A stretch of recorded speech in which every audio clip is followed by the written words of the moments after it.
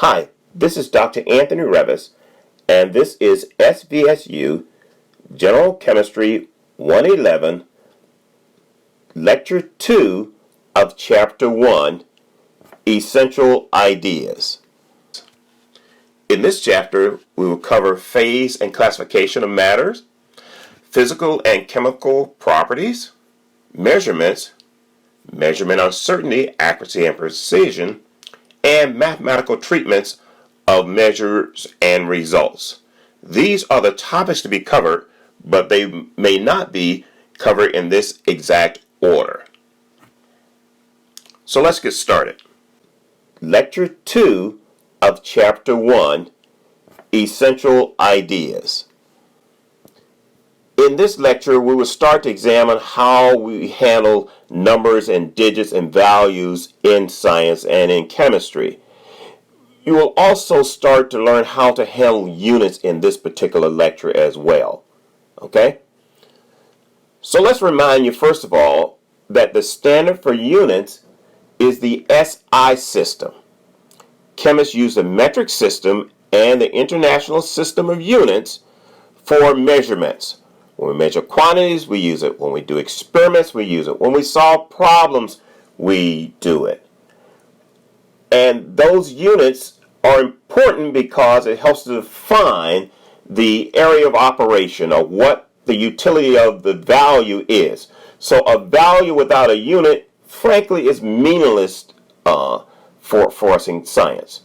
So each time we report a value, we report a unit with it.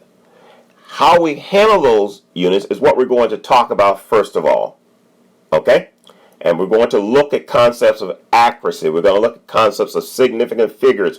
We're going to look at how we compare these values to be sure that when we're reporting them in a consistent scientific fashion.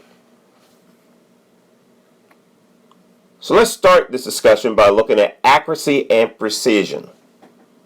Measurements are said to be precise if they yield very similar results when repeated in the same manner. In other words, if we're getting a repeat of the general same type of number or numbers or values in the same general range or a cluster of numbers in the same area, we'll call that precise. Okay? That means we're reproducing something over and over again. Okay? So that precision is an indication of essentially how repeatable the operation is being done, or how repeatable the machine is being run, or how repeatable you're doing what you're doing. Okay? A measurement is considered accurate if it yields a result that is very close to the true or accepted value. Okay? In other words, if we are shooting for 100%, we are reasonably accurate if we're over the 90s or close to 100%. We're not so accurate if we're less than 75%. You get the idea? We can be also very precise, but not very accurate. For example, we're shooting for 100. But we're constantly shooting around 75. We're not very accurate, but if all of our shots are around 75, that is an indication of how precise we are given our current set of circumstances or our current skills. Therefore, to get to 100, you might have to change the skill. For example, a basketball player can be precisely off at the free throw line, can miss the free throw line the same way every time. Very precise, but his accuracy is horrible if he's not putting it in the basket. You get it? So don't confuse precision with accuracy. Precision tells you how reproducible you are, how often you can do that same thing over and over again. Accuracy is an indication of how well you can hit the target.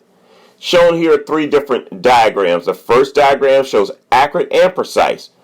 It's hitting the bullseye and it's doing it with real repeatable precision.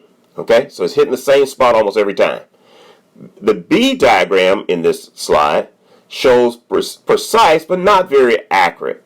Okay, it hits on the white ring Doesn't hit the bullseye, but it hits in about the same place every time. So it's very precise, but it's not accurate. It's not to the target. You'll want to think about these concepts and play with these concepts as you prepare and go throughout your CHEM experience.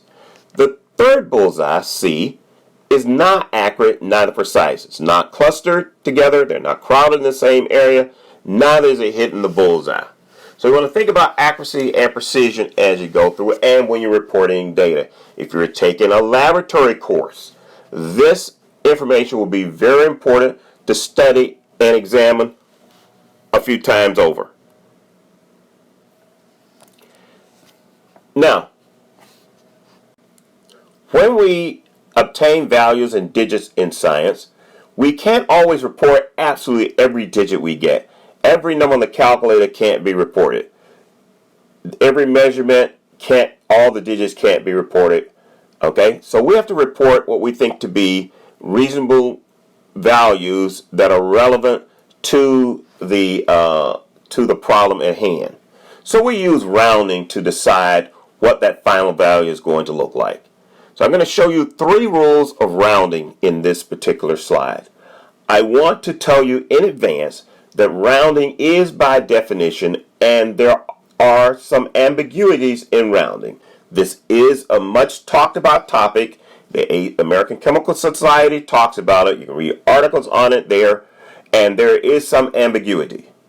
For the sake of CHEM 111, these are the rules that we'll be using. Rule 1 and Rule 2 are almost always accepted by most scientists. 1 and 2 are rarely debated. Rule 3 in this slide is occasionally debated depending on the area of science you're working in. So let's talk about these rules with that in mind. Rule 1, if the digit to be dropped, the one immediately to the right of the digit to be retained, is less than 5, leave the remaining digit unchanged. Okay? So memorize that rule and start to play with it. Rule 2, if the digit is more than 5, increase the retained digit, okay, by 1. Number 3, ready? Here's rule number 3. If the drop digit is 5, round up based on the digit to the right if it's greater than 5, or leave it at 5. So we show you some examples here of Rule 1 applied, where we round, where the digit to be round, if we're rounding to 1 decimal, and that's what we're doing in each of these examples, we're rounding to one decimal. If we round to 1 decimal, then the first one becomes, the 4 becomes a 5. If we round to 1 digit, we're using rule number 2, then the 6 becomes a 7. If we apply rule 3 to the last 2 examples shown on this slide, you'll note that the first example in rule 3 was rounded up to a 6, and the last digit in this slide, or on this slide, was left as 5. Note that the rule of 5 can be ambiguous and is often debated when it comes to rule number 3. So simply be aware of that. Okay? So these are the rules that we'll be applying and using in CHEM 111. One of the tools or methods that we use to record numbers is a rule we call significant figures. In other words, when we have digits, there are some digits in there that are significant. And so I'm going to show you some rules that will help you to identify how to count significant figures. Okay? The rules you will be using in this lecture are my own rules, of which there are only basically 2. Okay? Now, you are very free to learn other rules. But in this lecture, I'm going to take you through what I call Revis rules for counting significant figures. And it involves being able to recognize the presence or absence of a decimal. Ready? Rule number 1. If there's a decimal, if the number has a decimal, ignore, strike all zeros, okay, from the left, meaning from the front side of the digits. If there's zeros on the front side, which are called leading zeros, ignore them. We use the term strike only to suggest that these are the digits to be ignored. They are not tossed away, they're not lost. But drawing a slight line through them will help you to see which zeros are not significant. All remaining digits are counted as significant figures, regardless of what they are. Once you ignore the digits to the left of the decimal, everything else, including any zeros on the right of the digits, are significant. Okay? Rule number 2. Digits with no decimal.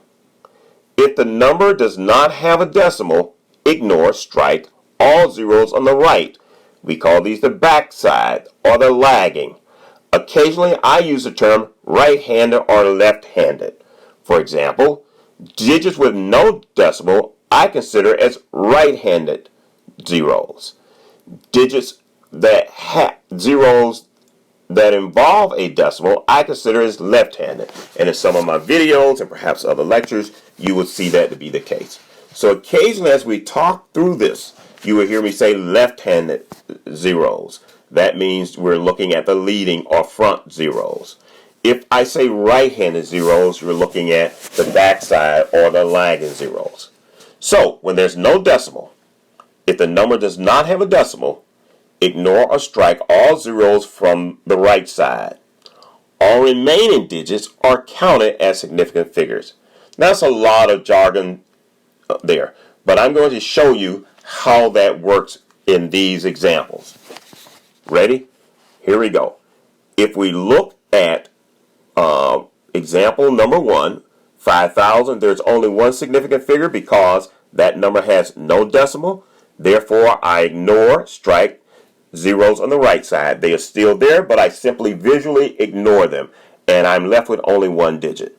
However, if I place a decimal, as in problem number 2, that defines that that the digit is now significant. Now, so if I see a decimal, I now move to rule number 1. Rule number 1 says to strike or ignore the leading or front or left side zeros. There are no front side zeros in this number, therefore all digits are significant at 4. Number 3, no decimals, therefore everything, and there are no lagging zeros. There are no zeros on the right side, so all digits are significant at 4. 5,100, number 4, has 2 because I use the rule of no decimal to solve it. Therefore, the 2 zeros on the right side, I strike. Number 5 has 5 significant figures because there is no decimal. Therefore, I use a no decimal rule. And since there are no zeros on the far right, there's nothing to strike. 5. And so on throughout the rest of these examples. So you use these examples, and if you follow it through, you'll be able to see which ones you strike out and which ones we leave in there. And this slide shows you what we strike and what we leave. Okay? All right, so be aware of that. I've also published a YouTube video on significant figures. You might want to take a look at it as well. So, key is review these rules or use the rules in any standard textbook. But the key is to know those rules well enough to be able to count significant figures. Now, there are a couple of important principles that you want to keep in mind when it comes to significant figures. When we use significant figures, we are not throwing away place value. We're not throwing away the order of magnitude of the number, the size, the overall size of the value at all. We're simply ignoring certain zeros to determine what we report as a scientist. So let's talk about value. The place value or magnitude of the number does not change. If it's in the thousands to start with, your final answer with the sig fig should be in the thousands. If your original answer calculated is in the hundreds, then your final answer should be in the hundreds. Students tend to make a mistake by thinking that significant figures means I am dropping values. you are not dropping values. You're simply ignoring certain zeros in order to report what is significant as a scientist. Okay? It must approximate the original value. All right? Number 2, adding zeros. Zeros may be added or replace a digit to maintain the place value of the original number or sig figs. In other words, if you need a placeholder, add a 0. Okay? Now it's important that when you do this, you remember that it is replacing a place value that you ignored the digits in because they were not significant.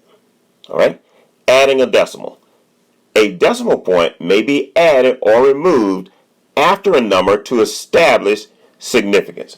In other words, if you have an example of a number where you need 4 significant figures but they're all zeros, place a decimal to say that all the digits in this number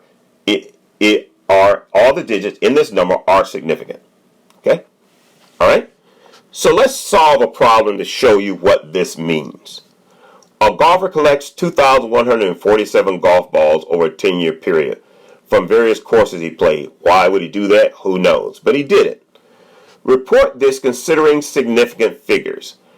And so what I've shown you here is how the significant figures will change. However, the order of magnitude of the number does not change. So, in a sense, significant figures are a method of rounding based upon the significance of the digits. And as we go through the process in most Gen Chem courses, including this one, we'll hold you accountable for reporting digits to the proper number of sig figs. The ability to count sig figs is perhaps one of the most important processes you could learn in chemistry because it will follow you throughout your scientific career. It is an area that many professors are very unforgiving about when you miss it. Okay? I certainly am. All right. So, he collected the golf balls. 2,147 golf balls over a 10-year period. So, the original number, 2,147, has 4 sig figs. How do I know? There is no decimal. Therefore, I use my no decimal rule, which is rule number 2 of the Revis rules. That rule tells me that I only strike or ignore zeros on the right side. There are no right-handed zeros. Therefore, I just count every digit as significant. If I want to report this number as 3 sig figs, then I must round off. So, in order to do that, I round the 4 to a 5 and replace the 7 with a place value of 0. That means I still have a value in the 2000s, okay, but it's been rounded to 3 significant figures. I know this is 3 significant figures because, again, of Revis rule number 2. If I want to round that further to 2 significant figures, then I'll do it as shown here. In this case, the value gets rounded to 2,200 using significant figure rules and rules of rounding. Be sure to check both of those to confirm. And that will give us 2 significant figures. If I want to round this to 1 significant figure, then that value becomes 2,000. Okay? So be aware it depends on to what number of sig figs you're asked to round. You will learn as in the rest of this course, and actually the rest of today's lecture, how to decide when and how many significant figures you'll use. Here's something that's kind of fun or interesting. I can take 2,000 and add a decimal, and then that would tell me that I now have 4 significant figures. So if you ask, how do I make 2,000 4 significant figures? I add a 0. I add a decimal, not a 0. I add a decimal point. When I add the decimal point, that takes me back to Revis rule number 1. When there's a decimal place, you only strike or ignore left-handed or front side or leading zeros. There are no left side, leading, or left-handed zeros. Therefore, there's nothing to strike, and all these digits are significant because I placed in a decimal. So how do you know how many significance to report? Significant figures are reported based upon whether it's an operation of multiplication and division or addition and subtraction. Let's start with multiplication and division. And here's how you know what to report. Rule number 1. Do the normal math, or step. It's actually not a rule, you could call it if you wish. But step number 1. Do the normal math and keep all the digits in the calculator first. So if you punch a number through on your calculator, write that number down. That's called your calc value, or a calculator value. In most of the chemistry courses that I teach, I like to see your calculator value written on the paper, and many other professors like to see that as well. And they'll report that as what's called the calc value, or the calculator value. The second step is to round to the lowest number of sig figs used in the calculation. For example, if you had a digit that had 2 sig figs and the other that had 4 sig figs, then you would round to 2 sig figs because that's the lowest number of sig figs. If you had a calculation in which you were multiplying or dividing, and one had one number digit or one value had 5 significant figures, and another had 7 significant figures, you would round to 5 significant figures. If they both happen to have 8 significant figures, then your answer must have 8 significant figures. Do not count conversion factors or universal constant or standards when doing sig figs. If it is a conversion factor and you are sure it is a conversion factor, do not use it for counting the sig figs. Be aware of that rule. That rule is held by most scientists. Okay, so conversion factors or universal standards are not used. How do you know it's a universal standard? You got it off a table. How do you know it's a universal standard? You Googled it. You found it in some well-known way.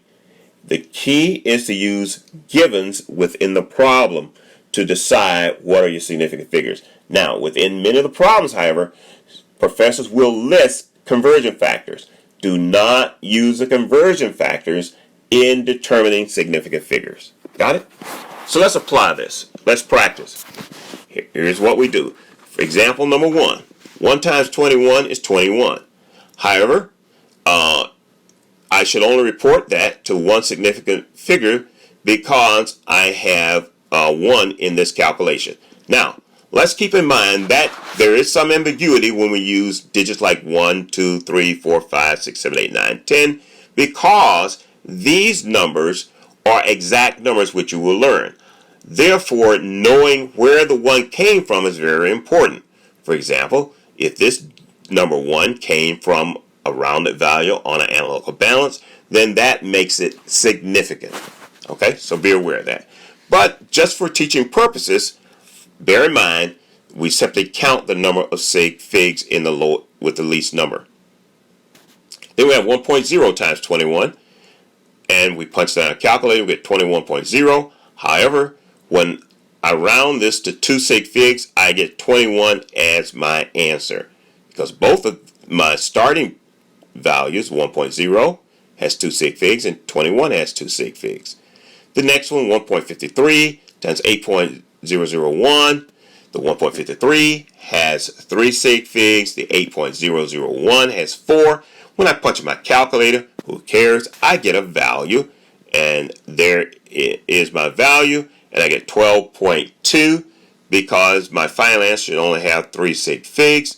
Number 4 is pretty interesting in that the calculator gave the exact same digits in it, exact same value in it. However, when I report my sig figs, I note that I must report to 4 sig figs. Okay, and that gives me a value of 12.24, and so on throughout the rest of these. Okay, so multiplication and division requires you to report your value to the least number of sig figs. So what about addition and subtraction? Here are the steps or rules that are used for considering addition and subtraction. The first step is to align the decimals. Straightforward, almost like you did in elementary school. You align the decimals. Now, when you align these decimals, be sure that you don't add zeros to it so you can see the zeros under there. That's a cute process for use, and many people still use it to this day. But if you add zeros, then you have changed the significance. So align the decimals, but do not add zeros in front or behind. Don't add any digits. Very important to the process. Okay? All right? Make sure when you count your sig figs, count after all the math has been done. Don't count in between. Likewise, actually, when you're doing intermediate steps in division and multiplication, wait till you get to the final result before you count your sig figs. But that is very important in addition and subtraction, that you wait till the process is done before you count. Don't count anything in between. First, align the decimals and hold your counting until the process is done. Once you align the decimals without adding any zeros on the front or back, do the normal math and keep all the digits. Then round to the place value closest to the decimal point. Wherever the decimal point is, or whatever the shortest value, shortest number you have in there.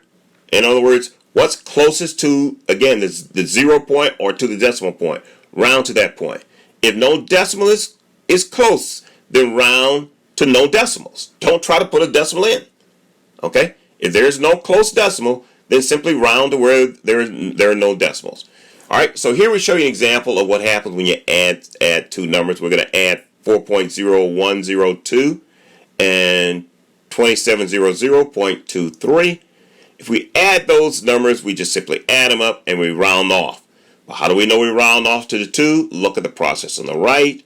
We draw a vertical line at the backside of the 0.23. Why? Because that's the shortest or nearest to the decimal.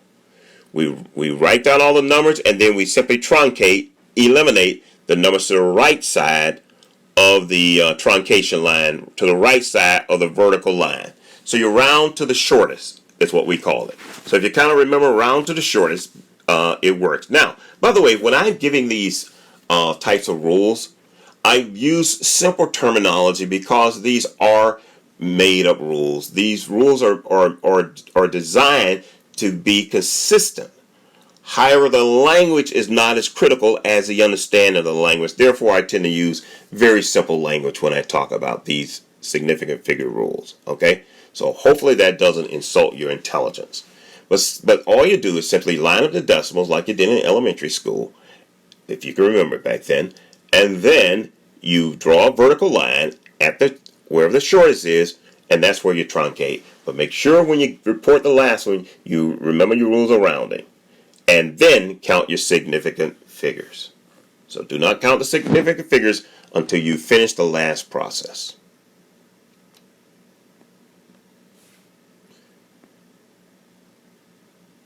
So here, let's show you a few more examples of addition and subtraction on this slide.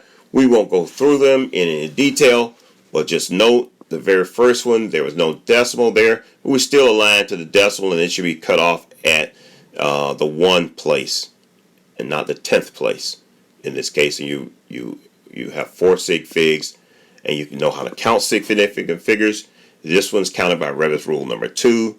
There's no decimal, therefore we look for lagging zeros or right-handed zeros. There are none, so we count to 4. The next example over, example number 2, that is, we have 6 sig figs, 3 sig figs in subtracting.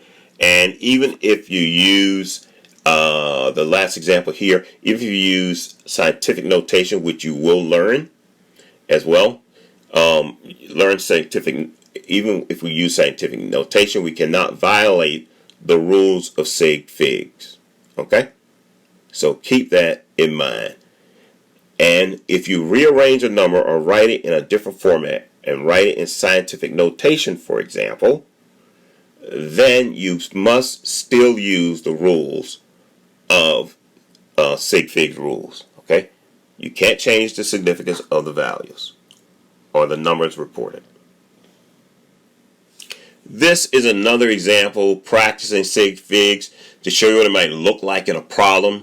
Shows you a student had a beaker of 4 different substances using different balances. The individual mass and the sums are shown here, and these were the values acquired. I'm not going to go through this in any detail, but take a look at it. You see that you have the different values, and in the end, it's all aligned with the one that's nearest to the decimal point, and that is where we truncate, round off, and the final answer has 4 sig figs. Do not count sig figs in addition and subtraction before the final answer. So do not waste your time saying, well, the first one had 4, this one had 3, this one had 6. It's irrelevant when it comes to addition and subtraction. Don't count until the end. Align the zeros is the standard for doing this. So I wanted to be able to reiterate that to you. So take a look at this problem and you'll see it adheres to the rules of sig figs in addition and subtraction.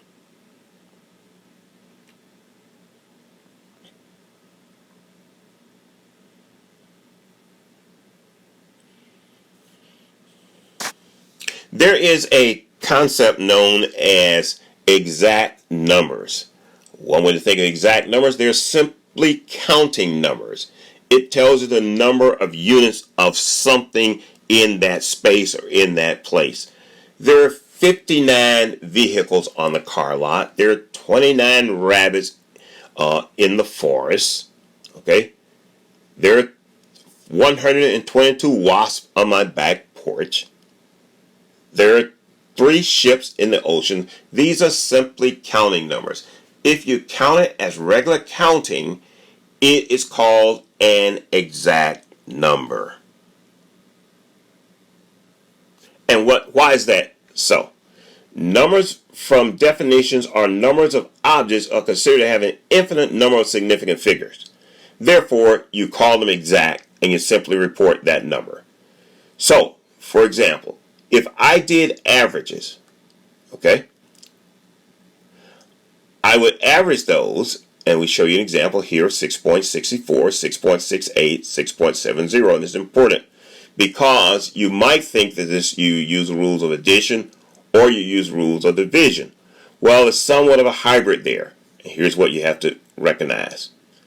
We divide by a number, an exact number. 3 is an exact number. This was not a number measured. This was a number counted. I counted 3 pieces of data. 3 data units. I counted 3. The 6.64 is 1, 6.68 is 2, 6.70 is 3. So when I do an average, I add the numbers as I would normally just add numbers. Don't align them, don't do anything. Simply add the numbers on top, divide, doing any average as you would, and you get one value is your calc value of 6.6733. That's your calc value. However, the significant figures number is 6.67. Why? Because in your original value, the lowest number was 3 sig figs. I would not round that to 1 sig fig because the 3 is an exact number. So when you use math and you do exact numbers, okay, then you don't count them. All right? So you have to differentiate whether that value was measured or was it counted or was it given as a standard. If it's simply counted or given as a standard, we don't use it for the rules of sig figs. I know, a lot to remember. You'll get used to it. It'll become second nature. It must become second nature in order to survive Gen Chem and also the upper level classes. Okay? So be aware of that. These are the rules. So that brings us to a bit more of a discussion then about convergent factors. And as we talk about convergent factors, we are also going to introduce the standard method by which we will do many of our calculations. In this class, we will use a process known as dimensional analysis. In most Gen Chem classes, that process is used. Okay? You'll also use some formulas. The formulas to be used will be told. We'll tell you these are the acceptable formulas that we use without doing a dimensional analysis. But in general, this would be the process that you will want to spend time mastering because it is the standard process by which numbers are crunched in the laboratory and in science, and it's called dimensional analysis. And dimensional analysis uses conversion factors to turn its engine, to turn its process, to calculate values that we use based upon our science and whatever experiments we have done.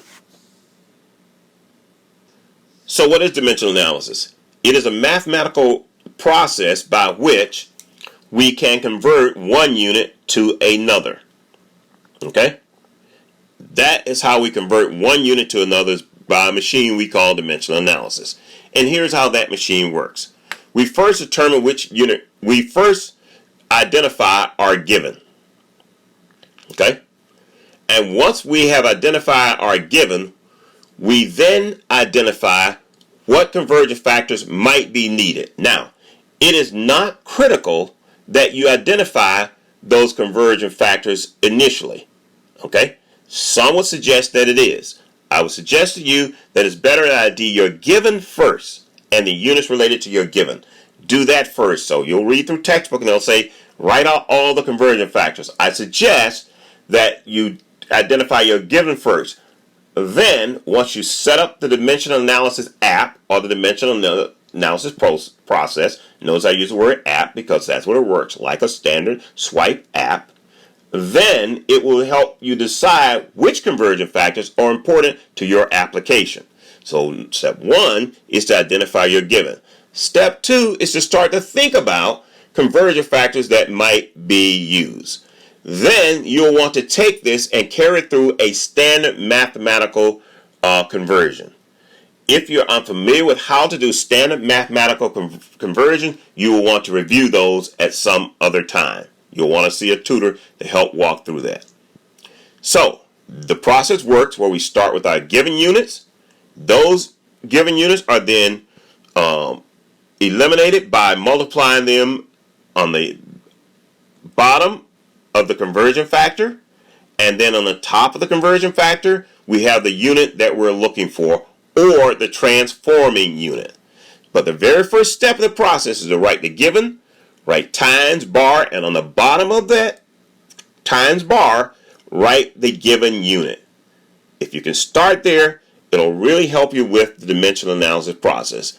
And then to decide what unit goes on top, you would then reread the problem, reread what's happening in the scenario to decide which unit is appropriate or which unit is well known and standard for that type of operation.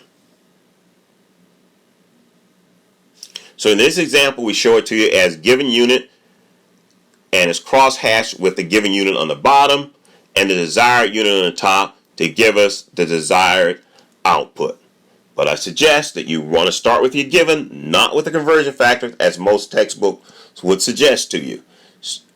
I also would like to recommend one of my YouTubes on this subject matter as well. Okay?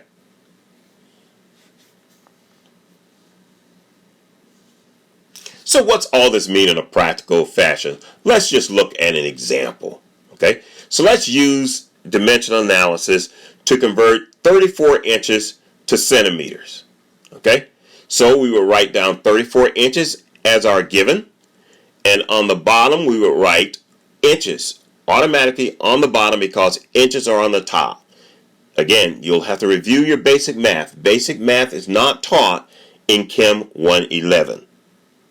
The assumption in Gen Chem is that you understand basic mathematical operations and manipulations. If you don't, you will want to review those because we will not spend time in most Gen Chem courses reviewing that information.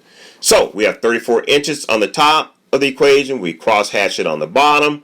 And we know that we can take inches to centimeter because that is an allowed transformation. And that's what you ask in any conversion factor. You ask, is this ratio allowed in science, math, or math?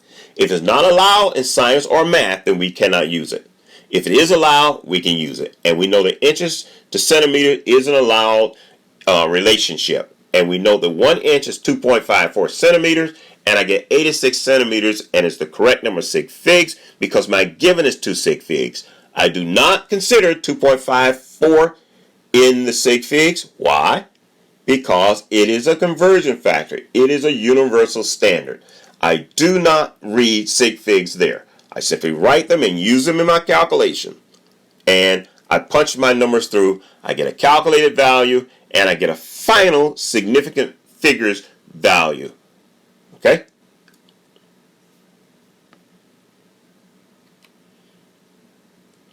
So let's go through and work through one of these problems doing a conversion factor. Here's this problem, here's a scenario. A person's average daily intake of glucose, a form of sugar, is about 0.0833 pounds. What is the mass in milligrams for this? Note that 1 pound equals 453.6 grams. In most Chem classes, and particularly in the lecture I give, you don't have to memorize that. I'll give it to you, or I'll tell you to Google it. Okay? All right? So, that's a conversion factor. I don't require you to memorize those types of conversion factors, and most professors these days don't require that. Some you will just know because you use them a lot. So let's get going. So we look at the given. The given's in pounds, and right away I noticed something about that given. That given has 3 significant figures. That's how I start to think when I do calculations now. I think about significant figures. You also notice I'm completely ignoring the sig figs in the 1 pound equals 453.6. I'm helping you to see how I see this and how I view this. Okay? And when I see that, I don't care about the sig figs in that because it's a universal standard. It's a conversion factor. I only care about the 0.0833 when it comes to sig figs. That is my given. That is the very first thing I do. I do not spend time writing out a bunch of ratios yet because I don't know which one's going to be valuable. So I start with my given. I write my given, and I automatically, after writing the given with the units, you must write the units.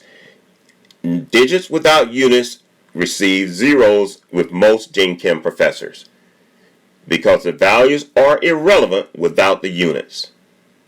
So, I write 0.0833 pounds, and I automatically cross-hash line on the bottom write pound.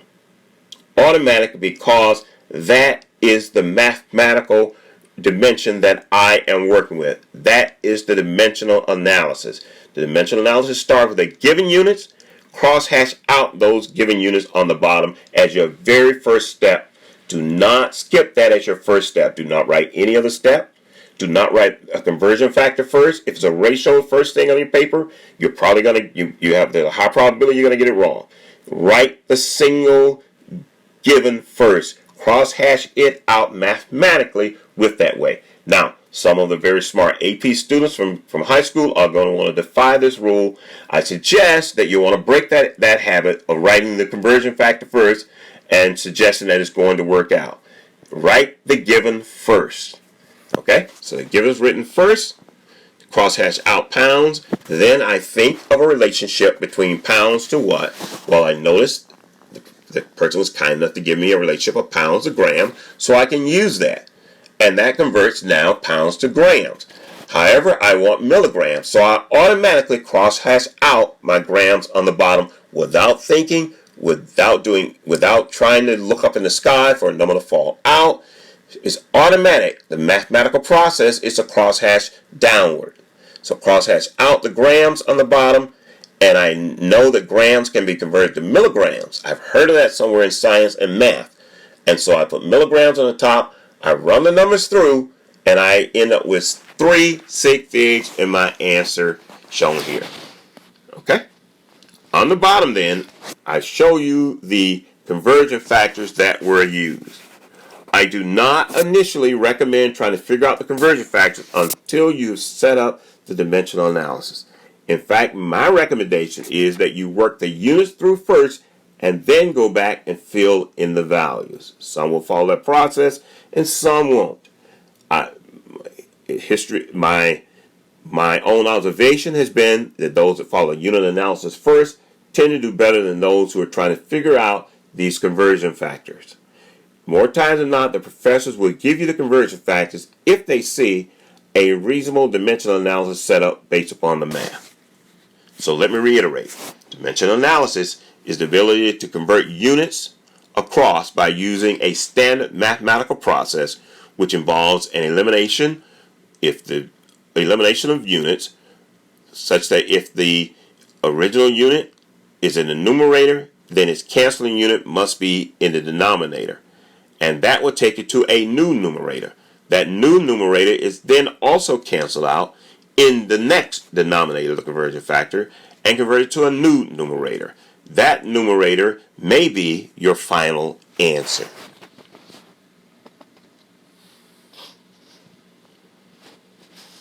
Let's do another example. If Craig weighs 165 pounds, what is his body mass in kilograms? Keep in mind, mass is independent of gravity, therefore it is universal. Your mass weight is the same around the world. If you weigh by weight, however, your weight is not the same around the world. It depends on gravity.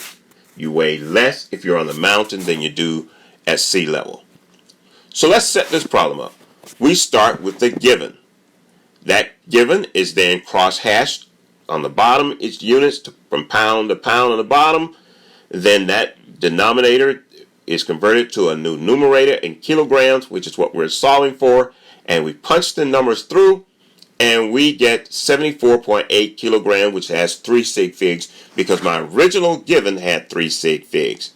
On the bottom of this, we show you how it's punched through in the calculator, and you get this calculator display with a lot of numbers on it. But then I have to go back and know that my given has 3 sig figs. Therefore, my final answer must have 3 figs. Therefore, I use the rules of rounding to achieve 3 sig figs. Another example, is shown here. During a volcanic eruption, the lava flow was 33 meter per minute. Question is, at this rate, what distance in kilometers will the lava travel in 45 minutes? So what's my given? You notice that 33 meter per minute, that's a rate. That means that it looks like, it is very similar to a rate, is very similar to a conversion factor. Therefore, my preferred given is the 45 minutes because it's not convoluted by having a denominator and numerator in its units. It only has a single unit. My suggestion is that you want to look for that in problems. When you have an option between a rate type given and a non-rate type given, rate meaning something with per in it, or crosshash in it, as 33 meter per minute, then you want to use the one that does not have the rate. The 45 minutes is suggested. So let's start with the 45 minutes. So I have 45 minutes. I would immediately crosshash down in minutes and convert that up to meters.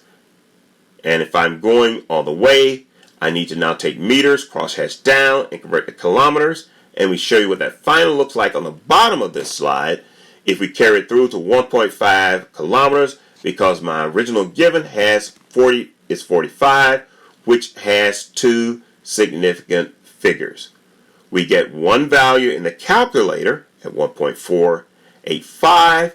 That value in the calculator is rounded to 1.5, again because the rules of significant figures are always in play in any calculation in CHEM. Keep that in mind when carrying out calculations in CHEM. You will use the rules of significant figures. So let's apply some of what we've learned thus far and also learn about a very important physical property of materials, that is density. Density is itself a ratio. Ratios may be used as conversion factors, or they may be used as a defined property of a material. So, density compares mass of an object to its volume. Is the mass of a substance, is the mass of a substance divided by its volume. So, density equals mass of the substance divided by volume of the substance, or D equals M over V. Most Gen Chem courses will allow you to use this as a final answer for calculating density as well. It in itself is already set up as the dimensional analysis. If it is a per or ratio, then it may also be used as a conversion factor. So density may be used as a conversion factor involving calculations of mass and volume. So if there's a calculation involving mass and volume where a conversion is needed, then density may be used for that. Okay? So here's the things you want to know about density. And we are going to work through a problem. But first, let's understand a few things about density. Higher density contain particles that are closely packed together. So if it's a higher density, that means it's more closely packed. That's a really cool true-false type question on Gen Chem. Questions are there. Higher density, higher packing, higher density. Lower density contains particles that are further apart. Lower density, less packing. So gases are less dense than liquids or less dense than solids. Solids are more dense than liquids, which are more dense than solids and than gases. Okay? Metals such as gold and lead have higher density because their atoms are packed so closely together. So if you can pack it in, then it's going to have a high density. Okay? And that density is mass per volume. That mass per volume may be used as a conversion factor. The units for density uses the metric and SI system. Again, the SI system takes the metric system and establishes a set of standard rules of performance for scientists around the world and even on the space lab. In the metric system, density of solids, liquids, and gases are expressed in different units. So you want to know that. The density of a solid is expressed, the density of a liquid is expressed, and the gas is expressed. And these units may be different. The density of a solid or liquid is usually given in grams per centimeter cube. Grams per centimeter cube or grams per milliliter. The interchange of milliliter and centimeter cube is often well accepted in chemistry without explanation. There may be times when the calculations asked for, but typically if it's a centimeter cube, then most Gen Chem courses will allow you to simply interchange centimeter cubes with milliliters, as they will allow you to interchange liters with meter cube. Those are standard acceptable interchanges without explanation. Be aware of those. The density of a gas is usually given in grams per liter. So you notice the difference in the order of magnitude of which it is expressed, because again, gases are less dense, and so they really will consider gram per liter, and solids and liquids will consider grams per milliliter or grams per centimeter cube. Okay? Because it is a ratio, it can be used as a conversion factor. So let's just show you an example here of where we create the conversion factor or where we calculate the density. They are both the same. Creating the conversion factor, the answer comes out as the density in mass per volume. Gold is a precious metal that is chemically unreactive. It is used mainly in jewelry, dentistry, a lot in dentistry, and electronic devices. A piece of gold ingot had a mass of 301 grams. 301 grams, I see right away, that's three significant figures. Has a volume of 15.6 centimeter cube, which is the same as mil, which we're allowed to use interchangeably in most Gen Chem applications. So at 15.6 centimeter cube or 15.6 mils. I note that both of these have what? Three significant figures. Since they both have three significant figures, I'm going to use them in my calculation. My answer is going to be in three sig figs. This is how I view digits and numbers as I work through them. I start to think of significant figures, rounding, conversion factors, ratios, mathematical dimensions where we eliminate by cross-hashing top, bottom, tops. Okay? So what's the solution? We're given the mass and the volume, and we're asked to calculate density, and we're allowed to use a formula. Therefore, we simply put mass on the top, volume on the bottom, punch the number through the calculator, Read the digits in the calculator, report that in most cases as what we call the calculated value. So you write that value and behind it put CALC period, meaning calc. This is where I got a calculator or calculated value. But the final number that's in brackets, circled, underlined, highlighted must be the proper number of sig figs. In this case is 19.3 grams per centimeter cubed. So before we return to our discussion about intermolecular forces, let's practice a density calculation. Okay? Again, we know that density compares the mass per volume. So let's practice it. A 0.258 gram sample of high density lipoprotein has a volume of 0.215 centimeter cubed. What is the density of HDL sample? We take the grams, we divide it by the volume, and we punch the numbers through, and we get the answer. Okay? That's how we do it. It is that straightforward. Mass over volume. Don't second guess it. That's how we do a simple density calculation. Let's just practice one more density calculation that might involve a laboratory experiment. In the figure below, the water level rises from 35.5 mils to 45.0 mils after the zinc object is added. What is its density? This is an example of doing density by displacement. The water displacement tells you the volume that metal occupies. Okay? So, the density will equal to the mass of the zinc, which we read from the scale at 68.60 gram of the zinc, and the water displacement is by difference between the two water levels, which is 9.5, and we calculate it through and we get 7.2 with 2 sig figs because we have 2 sig figs in the volume. So this is an example to show you how to calculate the density. But the density is the result of its intermolecular forces. So let's just show you a table here of other densities of common substances. We will not go through these in any detail. You just kind of take a quick look through them and you know the cork has a density of 0.26 and ice is 0.92. And we know that water is about 0.999, a bunch of nines, 1 for all practical purposes.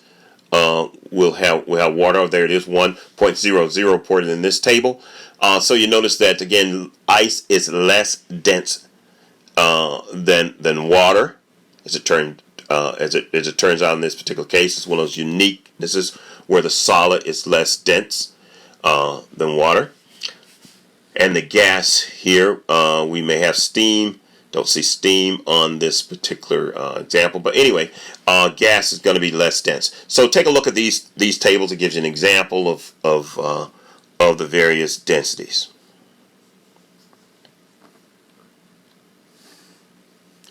One other very important conversion that we like to bring your attention, and that's you must learn to do, is conversion of temperature, the temperature scale from Fahrenheit to centigrade and centigrade to Kelvin. And that's the way it works. Fahrenheit will go to centigrade and centigrade will go to Kelvin. Okay? Centigrade will go to Fahrenheit as well, but Fahrenheit does not go directly to Kelvin. So if you're given Fahrenheit, you will want to convert Fahrenheit to centigrade before you go to Kelvin. These are the formulas. It doesn't matter to me which formula you memorize. They're all the same. If you use the 1.8 rule or the 5 nines, if you've already memorized one, perfectly okay with that. But note that Kelvin is not a degrees Kelvin. I said Kevin. Excuse me. It should be Kelvin. Kelvin. Okay? Kevin is my good friend. Kelvin, the temperature is in Kelvin. And Kelvin is not a degree. It is simply Kelvin. Centigrade is degrees centigrade. Fahrenheit is degrees Fahrenheit, but Kelvin is not degrees, it's simply Kelvin. And we show you here how to do these calculations. We will not go through the math of how to do these with you. This is math that we expect you to know how to look at formulas and do. This formula is permitted. You use it for doing in the calculations.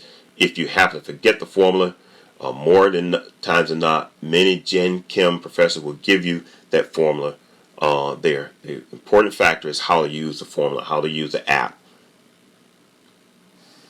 So let's look at an example here so you know how to set up your app, you know how to set up the equation so you can get the answers. The typical temperature in a room is 21 degrees C. What is the temperature in degrees Fahrenheit? The first step is your given, and this is why we like to talk about start with the given and not ratios, because there are other problems where you don't start with the conversion factor, but you must always start with the given. So we have our given in C, therefore we use the degrees F formula, and we set it up as shown here, and we basically put in the number, run it through our calculator, and we have 70 degrees F. And note, to be consistent with sig figs, it's not 70, it's 70 point. The point there is to emphasize 2 sig figs in this calculator. Occasionally, however, with temperature, some Gen Chem professor will let you get away with it. But be aware, to be consistent and precise, we will be considering sig figs even in our temperature calculation. So you want to be aware of that. All right? The exceptions will be given to you. So in conversion for C to F and F to C, sig figs will be considered. Here's an example of calculating C. I want to calculate our degrees C from F, so it's F to C calculation. We have 113 degrees F in this example. We put it into the equation, we punch it through the equation, and we get 45 degrees C. Note the ambiguity in terms of sig figs here. Okay, to give this as 3 sig figs, we should write 45.0. So be aware of that as well. You follow? So you want to just watch for that in terms of sig fig counting. We will put in the decimal and we will put the 0.0 so that we will have the number of sig figs that we need to report. Conversion between degrees C to K, and this is an example where this is addition, so we round to the shortest number of decimals, in this case 318K. However, many Gen Chem instructors like to use the 273.15, and in that case they prefer to see the answers to 2 decimal places because they're aware of where the answers are being used. So you want to be aware of that. So either process you use is okay as long as you understand why you're using it. So K is calculated by C plus 273 or C plus 273.15. In most of my lectures, I'm okay as long as I see the full work and it shows me one of those values. Okay? Be aware of that when the decimal is used, 0.15, most professors would prefer to see an answer to that. One other important mathematical operation that's important to know in Gen Chem is scientific notation. This is a one-slide review of the principles of scientific notation. The expectation is that students who take Gen Chem are already familiar with this or can learn or review this process on their own. So here's a one-slide summary of scientific notation. Remember that only one digit to the left of the decimal. In scientific notation, you must record the proper number of sig figs. So if your value, when it's in standard form, that means it doesn't have a times 10 to some value. When it's in standard form, if you have 5 sig figs, then your scientific notation answer must have 5 sig figs, or at least have the same number of significant figures. In other words, if in the standard notation there are 3 sig figs, then your scientific notation must have 3 sig figs. Okay? Okay, that's important to note. Oftentimes, students make the mistake of thinking when they get a scientific notation, they get to round off to any number they wish. In chemistry, we never are allowed to round off to any number we wish. We must round off to digits that match the scientific method, which is to use the significant figures in the calculations. If the number is a small number in scientific notation, then move the decimal to the right. If it's a large number, move it to the left, and vice versa in going from standard notation to scientific notation. We show you a couple of examples here. Very, very small number we have with a lot of zeros in front of it. We know it's small then. So that's going to be to a negative. By the way, anytime a number is small or a decimal point, your exponent is going to be to the negative. Don't second guess that. If it's a small number, if it's a decimal number, the exponent will be to the negative. If the value is above the decimal point, it's a large number, then it's going to be to the positive. That way you don't confuse your exponent signs. Negative signs are for small numbers, positive signs are for large numbers. So we show you two examples here. One is for a very small number, notice to a negative 23. The other is for a very large number, note that is to the positive 23. By the way, this is Avogadro's number for the second one. There's some other examples we show you here as well. So there you have it. This completes Lecture 2 of Chapter 1, Essential Ideas.